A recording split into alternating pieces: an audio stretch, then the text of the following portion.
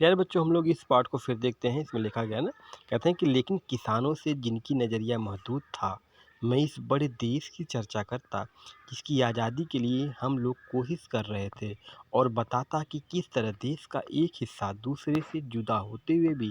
हिंदुस्तान एक था। अर्थात इसमें हमारा विद्वान लेखक कहना चाह रहा है कि वो किसानों के उस नज़रिए से उनको परिचित कराना चाहते हैं कि जो भारत देश है वह उत्तर हो या दक्षिण, पूर्व हो या पश्चिम, भले ही भिन्न स्वरूप हो, भिन्न भौगोलिक स्थितियाँ हों, इनके रहन-सहन, बनावट भले ही भिन्न हो, लेकिन यदि सोच है तो वह एक है। क्योंकि बच्चों, किसान ही किसी देश की अर्थव्यवस्था का, सामाजिक व्यवस्था का, राजनीतिक व्यवस्था का सुदृढ़ीकरण का परिणाम होता है। किसान यदि उन्नत अवस्था में है तो देश उन्नत है। किसान की सामाजिक स्थिति अच्छी है, देश की सामाजिक स्थिति, आर्थिक स्थिति अपने आप अच्छी मानी जाएगी। उन्हीं को हमारे देश के प्रथम प्रधानमंत्री पंडित जवाहरलाल नेहरू ये बताना चाह रहे हैं कि देश का जो भी हिस्सा है, पूरब की वह पहाड़ियाँ हो, या पश्चिम का कटा-फटा समुद्र, या उत्तर के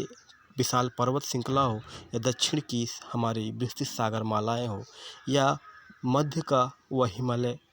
मध्य का हमारा भले ही विंध्य पर्वत का क्षेत्र हो, या दक्षिण भारत की भिन्न सांस्कृतिक भौगोलिक एकताएँ हो, या मध्य भारत,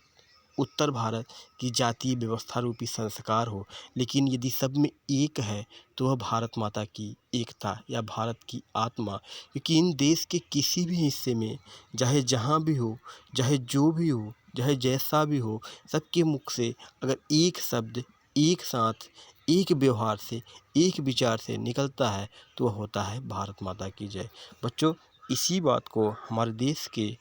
तत्कालीन प्रधानमंत्री पंडित जवाहरलाल नेहरू देश के लोगों से समझाना चाह रहे हैं, और बताना चाह रहे हैं कि देश आपका वही है या वैसा है जैसा कि इसमें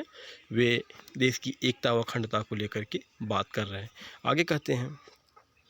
कि जिसकी आज़ादी के लिए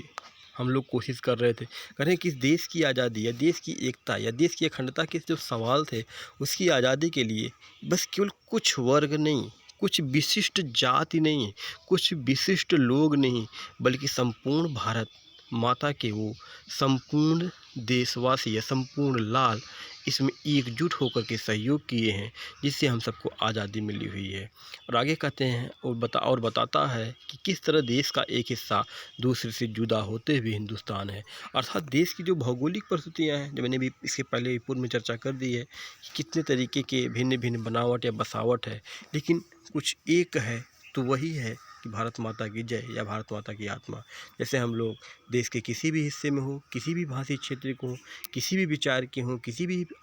वर्ग के हों, किसी भी जाति धर्म को मानने वाले लोग हों, लेकिन हमारा